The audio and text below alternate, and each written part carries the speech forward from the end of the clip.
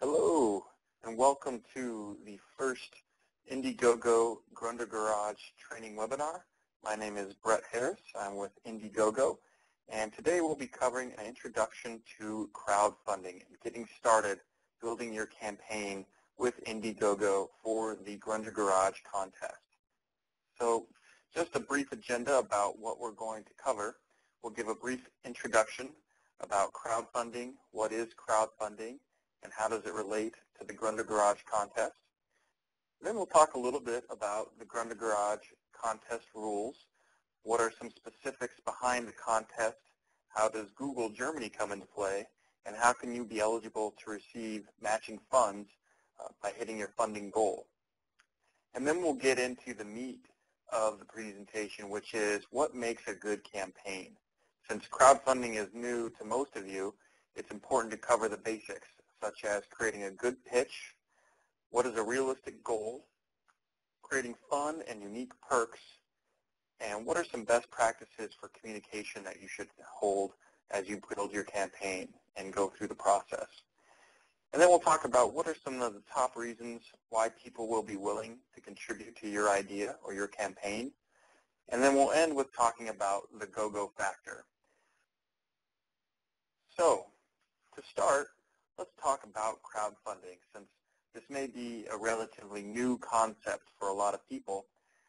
Crowdfunding is the pooling of funds from the people who have a passion for your idea, often giving back a reward or perk. When I say perk, I really mean something that you're offering in exchange for someone's contribution to your project. Certainly you could create a project and not offer any perks or rewards for someone contributing, but people are much more likely to contribute to your project if they think they're getting something in return. So crowdfunding enables you to, number one, raise money for a project or initiative. So if you have started a business and you need to build a prototype for your business, if you're looking to pre-sell a product before you go through a full product run, or if you need some ancillary project like creating a website or some other facet to the business that you don't have the cash funds for at this moment, crowdfunding is a great way to raise money for any one of these projects. Number two, crowdfunding is a great way to gain visibility for your company. Word of mouth is the most authentic way to build interest in any project or any company. And by utilizing the power of the crowd and social media through crowdfunding on Indiegogo, you'll be able to access a whole new network of individuals to bring interest to your project. And you'll also be able to amplify the interest from within your own networks. And we'll talk a little bit more about how you can do that later on in this presentation. Third, you'll be able to gauge demand and limit your risk or mitigate your risk. Successful campaigns show that people are interested in your idea. So before you go and spend a lot of money building a prototype or investing in a business plan that you're not sure may work, crowdfunding is a great way to put it out there and see if people are interested, get feedback without spending a lot of your own time, energy, or resources. Once you receive the feedback, then you can move forward in making a deeper investment, both with time and money. And then lastly, it's a chance to connect with your audience. So similar to item number 3, this gives you a better sense of who your project speaks to. So you may be launching a business or building a product and you think that it fits one type of target audience, but in reality, it may elicit a whole different reaction than what you were expecting. So again, this gives you a chance to test your products or your services with the general public, with your friends and family, and it gives you an opportunity to get feedback on the business or project that you're starting. So now that we know what crowdfunding is, let's talk about what crowdfunding is not. There's a lot of misconceptions about what you can do with crowdfunding and the purpose of crowdfunding. First, crowdfunding is not a replacement for venture capital. Crowdfunding, again, should be a goal of raising money for a specific project within your business. So again, it's not a replacement for traditional venture capital investments. It's not a method of offering equity or stock to your company. And it's not a means of offering a return on investment for anyone who contributes to your campaign. And again, lastly here, it's not a way to finance your entire business. So as you're thinking about creating a campaign on Indiegogo, again, really think about what projects within your business do you need to raise money for that you could create a compelling project for. Again, and your goals should be similar to this as well. So you're not looking to raise money that will actually fund the entire business. Rather, maybe you're raising money to create that first prototype, or maybe you're pre-selling your items so that you don't have to incur the expense of paying for the shipment up front. So again, crowdfunding can help offset some of these expenses, but again, it is not a way for people to invest in your company. So that's a big difference that I want to make sure to emphasize here today, because there is some misunderstanding about that. Okay, so that brings us to the Gründer Garage and why we're all here. So as you know, the Gründer Garage has partnered with us, Indiegogo, and Google Germany for entrepreneurs to create this competition. And this is a very exciting competition. We're very eager to be a part of it because it's really giving an opportunity for a lot of startups and entrepreneurs to really get their businesses off the ground. So as you can see here, the contest is set to start on September 7th. And what that means is you should be having your campaigns built out and ready to go live on September 7th. From there, we have 1 month to run your campaigns and to raise money to hit your goal for your particular project.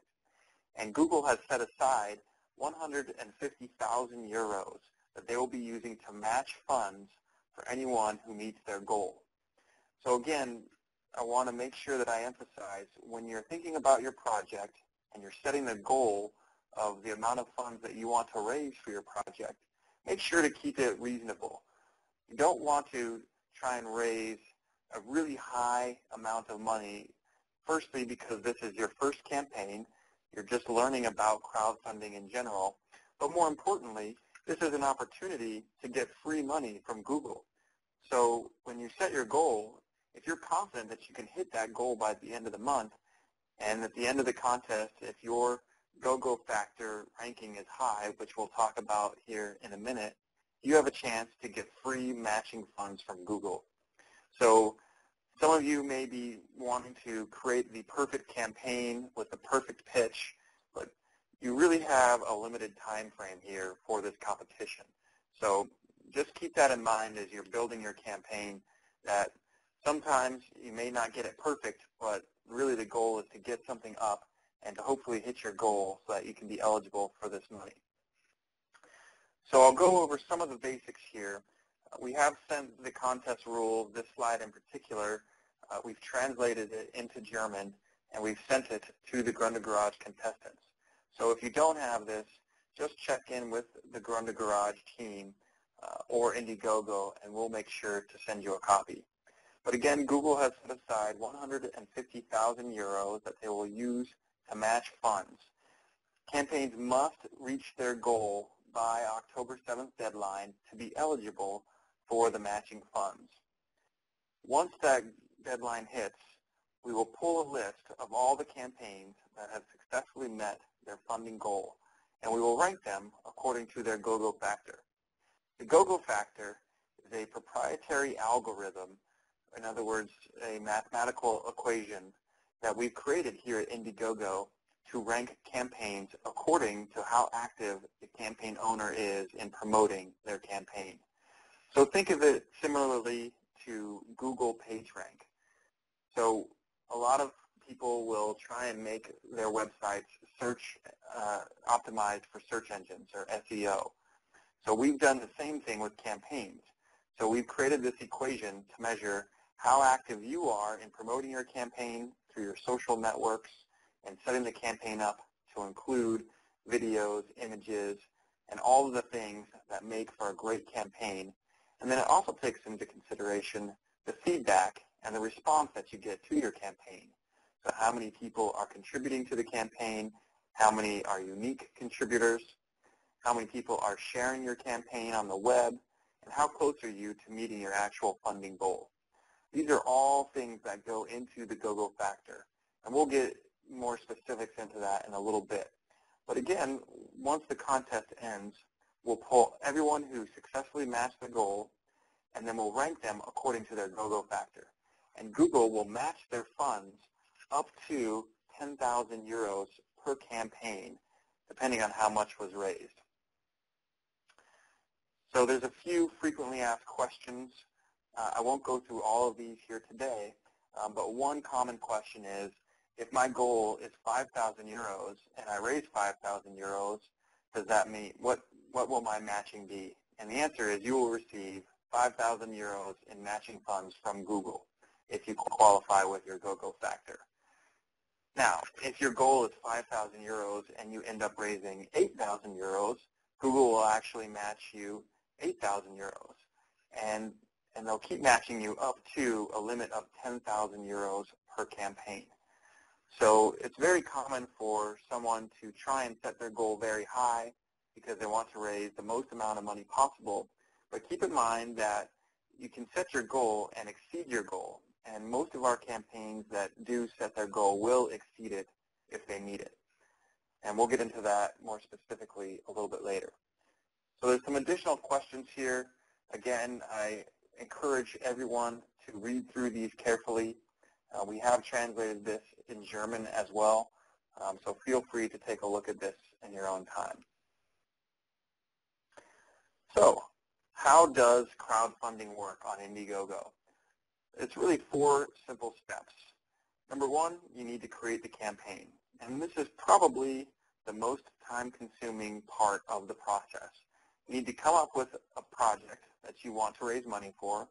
You need to figure out a funding goal, so how much money do you want to raise? And then you need to come up with unique and interesting perks that you can offer for anyone who contributes to your campaign. Once you've done that and you've created your campaign on Indiegogo, you need to engage your community. This is a really important aspect of the campaign process. A lot of times, people that are new to crowdfunding see the big success stories that were in the news, and they think all that they need to do is create a crowdfunding campaign and the money will come. So this is not true. The most important thing that you need to keep in mind is that you need to be able to engage your own community and your own networks to raise money. And once you gain that traction from within your own community, that's when the outside public interest starts to kick in. So again, keep that in mind as you're setting your goals. After you've engaged your community, whether through Facebook, Twitter, blogs, media outlets, then it's just a matter of raising the funds. So at that point, hopefully people are aware of your campaign, they believe in what you're doing, they're interested, and they're contributing. And I say contributing as opposed to donation. There's a very important difference, mostly because when someone makes a donation, oftentimes they think that they're doing so and they can make a tax-exempt donation, meaning that they don't have to pay taxes on their contribution or they can write it off. So that is not the case with many of these campaigns, in particular for the Gründer Garage contest. So we want to make sure that we're calling these contributions and not donations. And you'll hear me say contributions throughout today's webinar. Lastly, once you've raised the funds, then you need to fulfill the perks that you promised. So again, by starting your campaign, you are contractually obligated to fulfill the perks that you promised your contributors. So keep that in mind. You want to make sure that you are able to fulfill on the perks that you promised. And we encourage to do so in a timely manner as well. Obviously, if you're building a prototype or something that takes time, then your contributors will understand as long as you're keeping them updated with regular communications. But you don't want to delay any more than necessary in delivering on these perks. And I always like to tell people, put yourself in the shoes of your contributors and think about how long you'd want to wait to receive a perk that you were excited about. So what kind of campaign can you start? So the Gründer Garage is obviously an organization that specializes with entrepreneurs. But as you can see from this graphic here, you can start campaigns on Indiegogo in any different profession or industry. We have campaigns in film, we have campaigns for nonprofits, we have music campaigns, art campaigns, small business, technology, gadgets, anything you can think of. Indiegogo is the world's crowdfunding platform where you can raise money for anything, anywhere, anytime. So don't feel limited when you start your campaign to maybe a specific business idea. If there's another aspect or piece to your business that you feel might be more relevant for a campaign, then mention it to the Indiegogo staff and we can work with you on creating it. But feel free to get creative here. Don't feel limited. So what makes a good campaign? There's really 4 key aspects to making a good campaign when doing a crowdfunding campaign for the first time. First, and most importantly, it's creating an engaging pitch. When I say pitch, it's your story. Why are people going to be interested in your product or your service? But more importantly, why are they going to be interested in you? Next, create an attainable goal. This is a very important piece of the process because you want to create a goal that is realistic and that you have a chance of meeting. People want to contribute to something that they know is going to be successful. It gets them more excited, they feel more engaged, and really feel like they were successful in their contribution if the whole project was successful. Next, you want to offer unique and interesting perks. And lastly, you want to follow up and keep the whole campaign running smoothly by providing proactive and ongoing communication. Again, keeping in touch with all of your contributors, letting them know the progress of your campaign will be key. So let's break these down and talk about each of them individually. Creating a great pitch. As you can see here, we've identified several things that you want to include as the core for your pitch. And really, the basic and main things to keep in mind are to create a pitch that's honest, transparent, and authentic. Again, put yourself in the shoes of your friends or your family and think about a campaign that you would want to contribute to.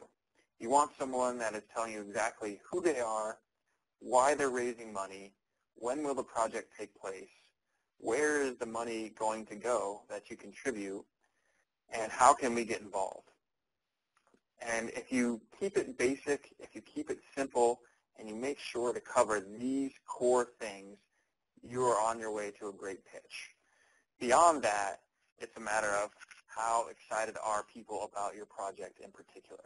But again, keeping these main things in mind when you create your pitch are going to be key to success. Creating a great pitch. Again, making it personal is the biggest thing that I can emphasize. People contribute to a compelling story, not a product or a service. Again, you may come out with a brand new business that's very exciting for you, but in general, it's not news to the rest of the world. People launch products and companies and services all the time. And so you really need to differentiate yourself and make it known why you're different and why they want to contribute to your project. One good example that I've highlighted here is a campaign called Who Gives a Crap? And this was a campaign who set out to basically sell toilet paper. Toilet paper is not a new product. It's not an exciting product. It's really something that most people, when they think of, would never think to create a crowdfunding campaign. But in this case, they tied their business to a community project and to giving back. And so for every roll of toilet paper they sold, they were donating a percentage of the proceeds back to a nonprofit organization. So it really hit home with a lot of people feeling like their money was going somewhere good and somewhere important, something as simple as toilet paper. And as you can tell from the picture, and if you've gone to the Indiegogo website and have watched this video, they created a really compelling story and a compelling video that really got people interested in the campaign. And as you can tell, they were very successful. They raised well over their initial goal, and it ended up raising $66,000. So a very successful campaign for an ordinary product. On the right, you'll see here an interesting graph that campaigns with videos on average raise 114% more than campaigns without videos. What I mean by that is whenever you go to a campaign on Indiegogo, you actually have the choice of whether or not you want to place a video pitch or just an image. So obviously it's easier to place an image. Videos take a little bit of work. But again, putting yourself in the shoes of a contributor, people like interaction. They like videos. It's more moving. It gives them a chance to see you in person and to hear the story from your mouth directly. So again, when you're thinking about creating your campaign, I highly recommend you take a little bit of time and invest in making a good video for your campaign. So that brings us to our next subject, the video basics. When you look at some of the videos on Indiegogo and some of the campaigns, it's easy to get, I think, a little overwhelmed. Some of these have a lot of production value to them. It's obvious that they spent a lot of time and money in making a really great video. But I want to tell you that that's not necessary. Obviously, if you have the time and the resources to make a fantastic and professional video, that's great, and it will certainly help, but it's not necessary. A lot of campaigns that were very successful were really just a simple camera or even a cell phone or an iPad and someone talking into the camera saying, here's who I am, here's my idea, here's why I want to raise money, and here's how it can benefit you. And again, if you cover those core things and you tell it in a compelling way, people will contribute. And for the Gründer Garage project in particular, again, you don't have a lot of time to put together a very professional video. So I wouldn't stress about this. I wouldn't worry about it. You still can be very, very successful with creating a basic video. And we'll send some examples here shortly. But just to cover some of the basics, you want to make your video 1 to 3 minutes max. Again, the shorter the better. People have a short attention span. But you do want to cover the core information that's important to your campaign. I would not recommend going over 3 minutes because you will start to lose the attention of your audience. Next, make sure you grab the audience attention in the first 30 seconds. So really, this is your chance to sell them on your project and you. And you want to make sure that that very first contact, the first 30 seconds, is interesting and will capture their attention. Next is your opportunity to tell your personal story. So again, going back to those core features of your campaign. Who are you? Why are you raising money? What perks are you offering? And how can people contribute? And lastly, again, just to reiterate, it does not have to be professional. You can use your iPhone or a cell phone, an iPad, a basic video camera. If you have some basic video editing software on your computer, that will also work. Some people have even put together a basic PowerPoint presentation and just added music. So you can be creative with how you create this video. And you'll notice here at the bottom we've added some links where you can find some more information about creating pitches and videos. But I want to take a moment here and look at this campaign example here on the right. This is an example of a campaign that really had a pretty basic video. But as you can see here, they were very successful in how much money they raised. So if you go to Indiegogo.com, and again, I highly recommend, if you haven't done so already, to go to Indiegogo and look at some campaigns. If you browse here at the top, you can actually browse through the popular campaigns, the featured campaigns, the most successful campaigns, and it will help give you an idea of what some of these popular and successful campaigns look like. What kind of perks were they offering? What kind of video did they have? All of these things will help give you ideas as you create yours. So as you can see here, they had an initial goal of $48,000. They ended up meeting and exceeding that goal. As you can see here, the final closeout was at $62,000, and there's still time left to contribute. So they're still raising money here, but let's take a look at the video that he produced.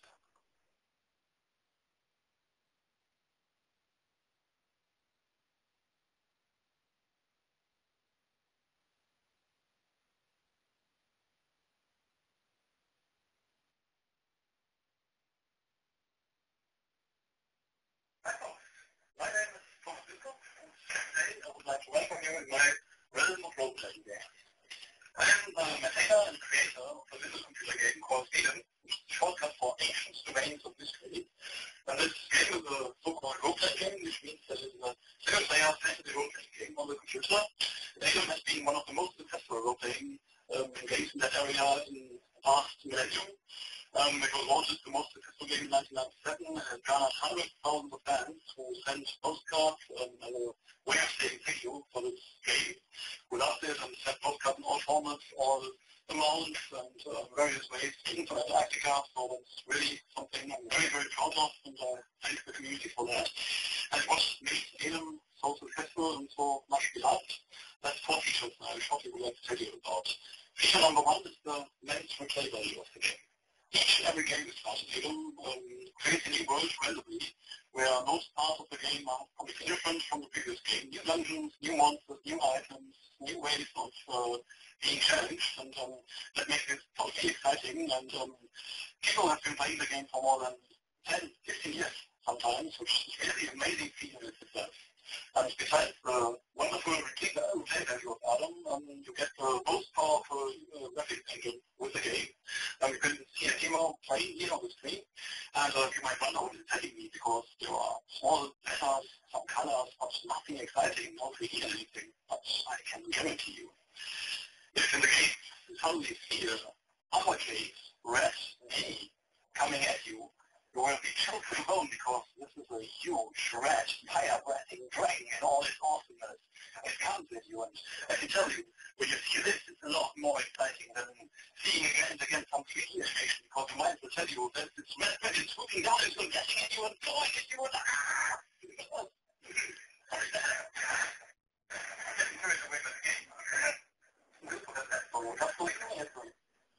Great. So as you can see, this was not a professionally produced video. It's just the campaign owner sitting in his office telling you about his project, why it was successful in the past, why he thinks it will be successful in the future. And we stopped it short, but he will eventually tell us about the perks that he is offering as well. So if you have a chance after this webinar, I highly recommend searching. You can just type in item up at the top and search for it, and you can bring this up. Watch the rest of the video. Take a look at the perks he's offering. Take a look at his pitch over here, the written pitch that he wrote, and you'll see an example of a really good campaign. And basic. Again, not a lot of time involved in creating this video. He basically sat down, turned on a cell phone, recorded it, and uploaded it. Great. So let's get back to the presentation here.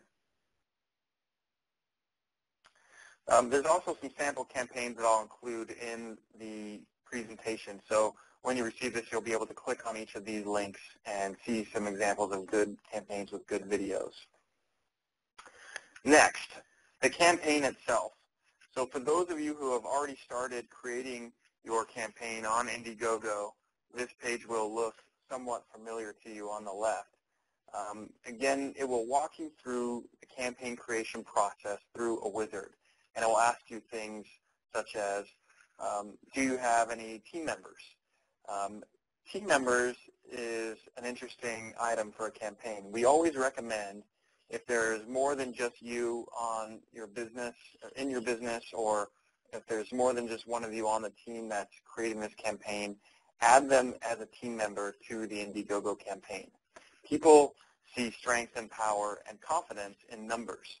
So if they see that there's more than just one of you on the team, they have a little bit more confidence that this is a real and a significant project. Obviously, there's more than one person who is bought into the project. And as you can see here, campaigns with team members are more likely to raise 80% more money than those without multiple team members. So again, when you create your campaigns, update your profile to include a picture of yourself. If there's additional people you can add as team members, do so. Remember, people want to know who you are and get in touch with you. So don't leave the standard outline of a figure. Take a few minutes, upload a photo, and connect with your audience. The next section, outside links. Outside links are links to your website if you have a business site, or if you have social sites such as Facebook or a blog or Twitter. Any additional outside links that you can provide your campaign so that if they're interested, they can go learn more information or see you or your business out in the public is going to add more credibility to your project and to your campaign. And as you can see here, campaigns with 4 or more outside links raise on average 103% more money. So again, it's all about creating this credibility because you're going to be reaching out to people who don't know you. They don't know who you are. And so they want to have confidence that when they give you their money, they're contributing to someone who's trustworthy and has a good track record and will be successful. And lastly, add media to your gallery. So again, you want to add interesting photos, videos, anything that will make your campaign more dynamic and more interesting. And if we go back to our example here, you'll see on the home page, if we scroll down to the very bottom here, you'll see here he's got 5 team members on the campaign. And look how much more interesting these are with photos as opposed to the ones without. So we've got 5 team members. If we click on any one of these links, it will take us to his YouTube page, his Twitter page, his Facebook page, and his website. So we know, hey, this is a real business. We know who this person is, and we have lots of confidence. And if we scroll all the way back up, if we go, you'll notice in the pitch, he actually included some pictures, some neat graphics. Again, this is HTML friendly, so you have the freedom to get pretty creative here. And then on the gallery page up top, you can actually add, again, more images and videos to really just make your campaign more dynamic and more interesting. So just things to keep in mind when building your campaign, and those will also contribute to a higher go-go factor, which we'll talk to in a little more detail here shortly. So again, adding media, campaigns that post media right after going live on average raise 81% more money. And really, again, it's just you being active and involved in your campaign. Next, setting your goal size. So this is a very important piece of setting up your campaign. We've seen some of the folks who have already started creating their campaigns for the Gründer Garage competition, and they have seemed to be a little bit unrealistic. We saw some goals that had set 200,000 euros as their funding goal. Some of them set 100,000 euros, others 80,000 euros. One rule of thumb that I like to tell people is that you should always think about being able to raise 25 to 30% of your goal from within your own network. So if you have a goal of 10,000 euros, you should be able to raise 2,500 to 3,000 euros from within your own friends and family, your Facebook connections, your blog, on your own, before you go public and announce it to the rest of the world. Again, the main reason here is to show some validity to your campaign. People want to see, hey, other people have contributed, so I'm not the first person. Other people obviously have confidence in this, and I think it'll be successful. So if you're setting a goal of, 100,000 euros, all of a sudden you need to be able to raise 25 to 30,000 euros from within your own network. Now, that's not to say that that's completely out of the question, but for a lot of you, if this is your first time creating a crowdfunding campaign, or if your social networks are relatively small, or maybe you don't have a lot of media connections that can help spread the word of your campaign once you go live, that goal is probably unrealistic. So again, the very first thing in setting your goal is that you want to think of a project that you need to raise money for. So whether that's building a website, building a prototype, pre-selling your product, whatever that may be, you should base your goal off of that specific project. Again, this is not a way to raise money for the business itself. It's not a way of selling equity or stock. So your goal should not reflect those types of initiatives. Rather, you should think of a very specific project that you want to raise money for. And keep in mind, you can run multiple campaigns. So if this first campaign is successful and you hit your funding goal and all goes well, you can create another follow-up campaign for another project. So a lot of times people will run multiple campaigns for different projects and have success. One other thing I wanted to point out is, again, with the Gründer Garage contest, you only have 1 month to reach your goal to be eligible for a match from Google. So again, it's very important to set a realistic goal. Maybe, ultimately you want to raise 15,000 euros, but you have a relatively small network. So if that's the case, I would consider dropping that to, let's say, 7,000 euros, and hopefully that's a much more attainable goal. And if you meet it, Google will match those funds and give you an additional 7,000 euros if you qualify. So again, it's an opportunity for free money. You can save yourself the work and the effort by concentrating on a smaller, more realistic, and more attainable goal, and receive the matching funds from Google and save yourself the energy. Do not try to fund your entire business from this initial campaign. Even if you have a project that does have a high price point, maybe you do need to raise 100,000 euros to create a prototype. If that's the case, I highly would recommend breaking that up into several different projects. Again, being new to the space, it's going to be difficult unless you have serious connections in the media world or a large social network to hit those goals. The campaigns that you see in the news and in the media that raise large sums of money in short amounts of time, it's not luck that happened. They didn't just start the campaign and people came from out of nowhere to contribute. Rather, most often they either had a huge network to start with, or their idea was completely unique and the first of its kind in the space, and it happened to capture the attention of a media outlet. But there's always reasons why those campaigns are very successful.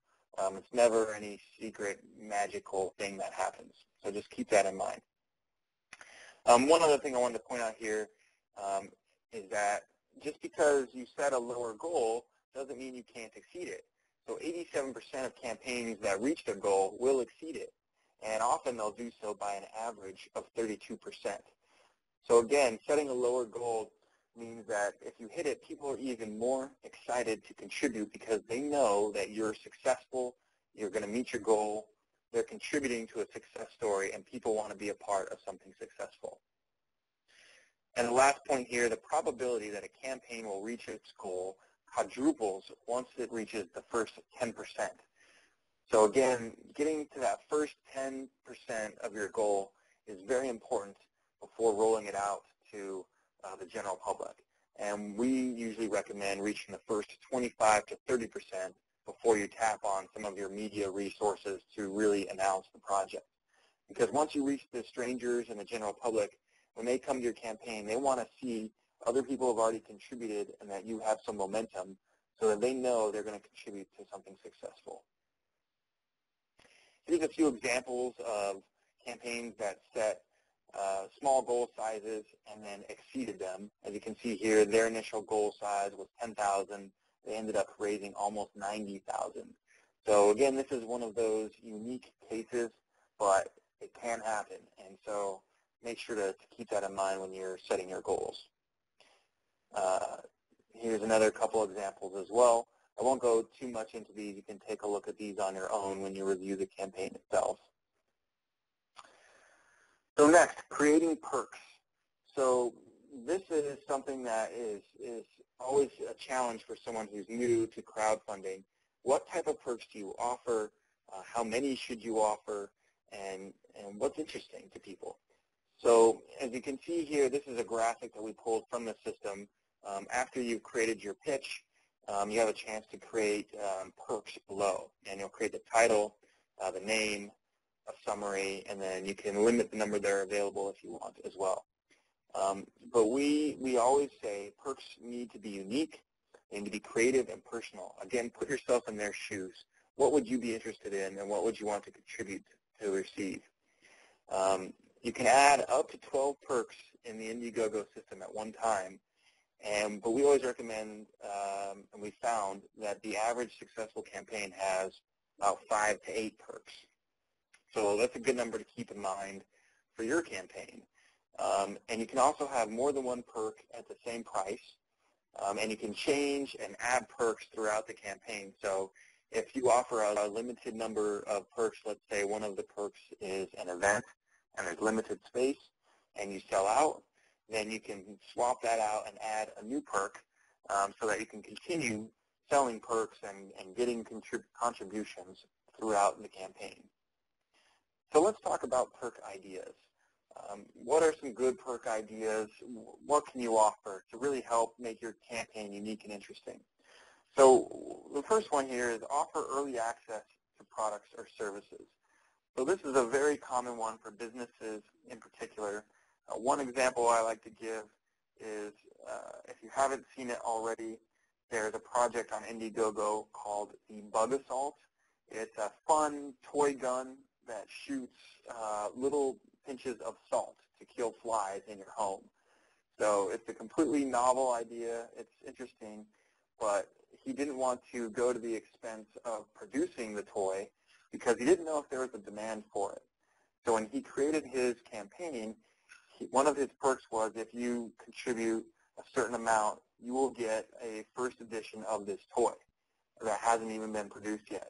So again, this is the only way that you can get access to this toy. There's no other place to do it, and it's only by contributing to the campaign. So again, this allows you a chance to offer early access to your products or services. Next, you can offer discounts or coupons. So if you have access to discounts or coupons, maybe from friends or colleagues or other businesses that you've done business with in the past, or even if you can offer discounts to your own business. Maybe you run a salon, or if you run a recreational center, whatever it may be, you can offer discounts or coupons. People always enjoy getting discounts on those. Next, experiential perks. So throwing a party for funders. So if you say, hey, be one of the first 10 to contribute at this price level, and we're going to throw a party, and you can be a part of it. Or, you know, a lot of examples I give for this one is some people that create films often have cast parties. Normally, the general public has no way of getting invited to those. They're very exclusive. But maybe one of the price points for a perk is an opportunity to attend this cast party.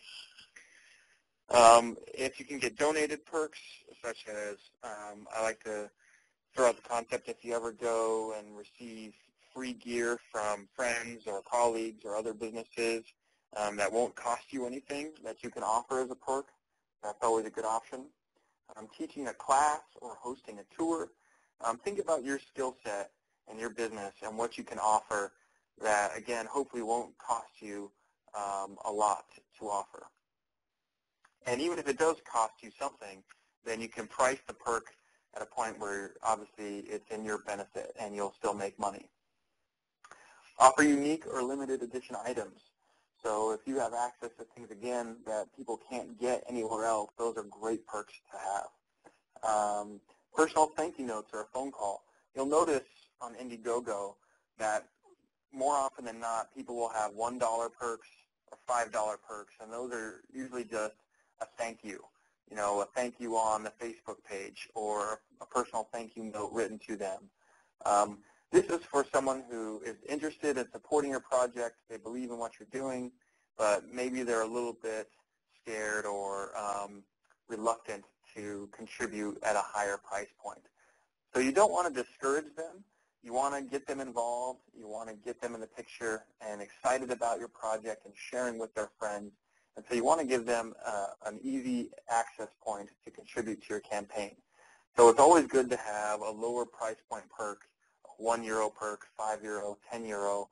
And I'll have a graphic here in a moment that will show you a good range of prices that you can offer. And for those lower price points, it's good to say it's a personal thank you, but it also gets them into the conversation. So when I say into the conversation, anyone that contributes will now be signed up to receive any updates you provide to the campaign. So if you're building a product, if you're making a movie, if you're building an event, whatever it may be, we always tell people, keep your contributors up to date with how things are going. You know, how are you doing in terms of raising money? Where are you in the process? They're excited about your project, so you want to keep them involved. And if they contribute at any price point, they'll be in that conversation. So make sure to mention that. So next, you can see here, what are the most popular price points for perks? $25 or €25 is the most popular perk, so I definitely encourage you to offer a good perk at that price level. But it's also good to have a mix. So again, as I mentioned earlier, having a $1 or a $10 perk, or excuse me, €10 perk, and then maybe a 25, a 50, or 100, and then don't be afraid to throw out a higher price point perk as well. Create a €200 perk or a €1,000 perk. Make these very unique, very exclusive. Maybe you only offer 2 or 3 at that price level, but you want to make sure that you offer something for everyone. If you have people that are super excited about your project and what you're doing, they're going to be more likely to contribute at a higher price level. And at the same time, again, you don't want to alienate anyone by not giving them a price point that they feel comfortable contributing to.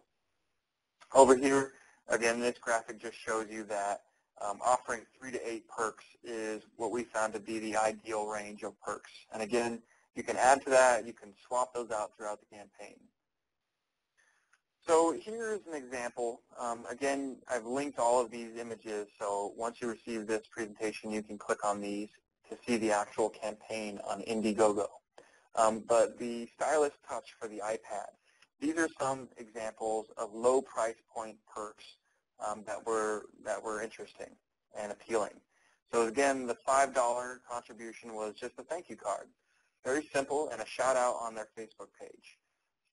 Really, there's no cost to them for this perk. So you're engaging people that are interested, but at the same time, you're not losing anything for it. The $10 perk, they offered a customized stylus. So again, this is something unique that they wouldn't get otherwise. So they have this pen or stylus that works with the iPad, and for the $10 perk range, they would actually engrave a message with your name on it. So again, it's something that's interesting. It's not a huge price point, and it's exciting. Next, at the $15 price point, you get everything from before, and then you get a unique stylus with unique colors and different options. So, you know, perks don't have to be completely different. Again, these two are essentially the same, but this one offers you different colors. So those are things you can keep in mind as well, and as you can see, this was very popular. And then let's look at some higher price point perks. This is from one of a favorite campaign of mine. It's for a movie called A Girl Walks Home Alone at Night, and they're raising money to create a feature film.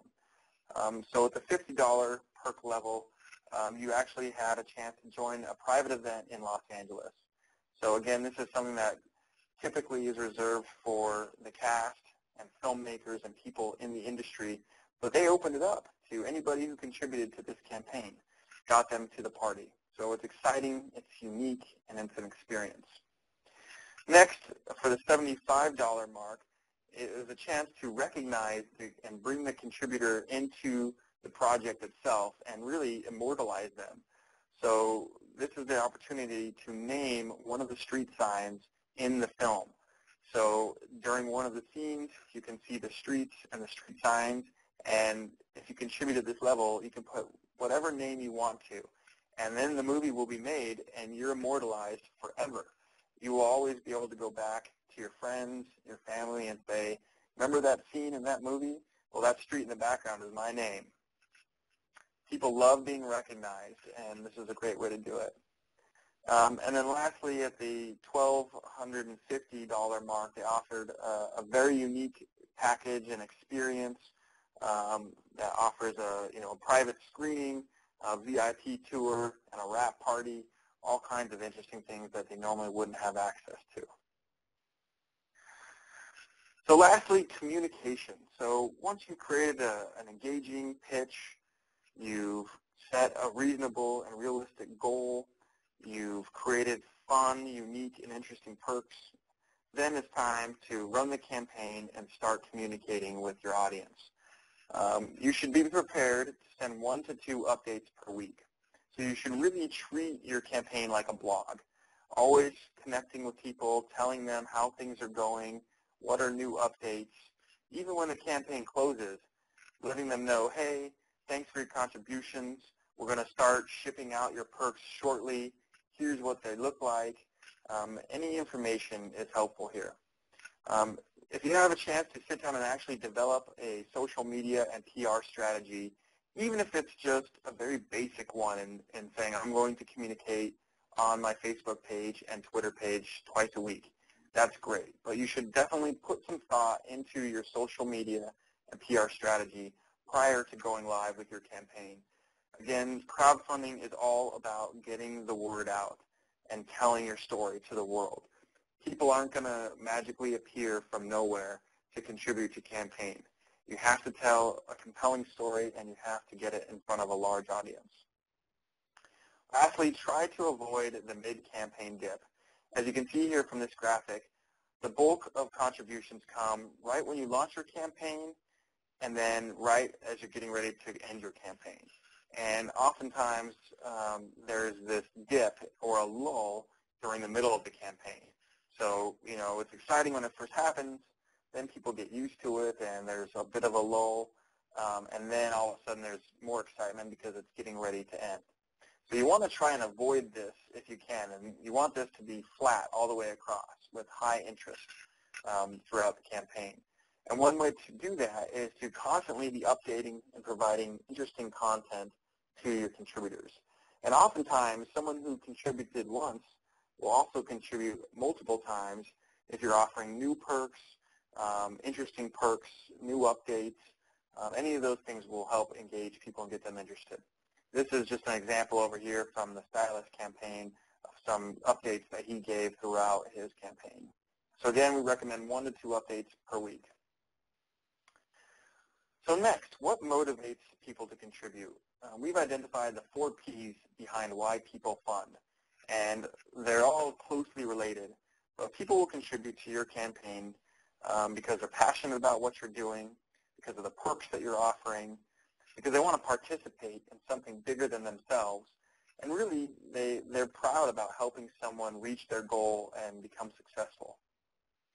So here's some more information about each of these reasons behind why people contribute. We've talked a lot about these already, so I won't go into detail here.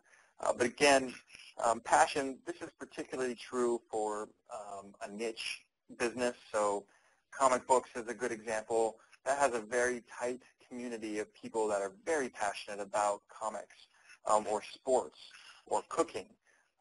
If there's any small group or community that you're involved with, that'll be a good reason for people to contribute. Perks, again, if you're offering very cool and interesting perks, who doesn't like a cool gift? Participation. This is really the chance for them to participate in something bigger than themselves.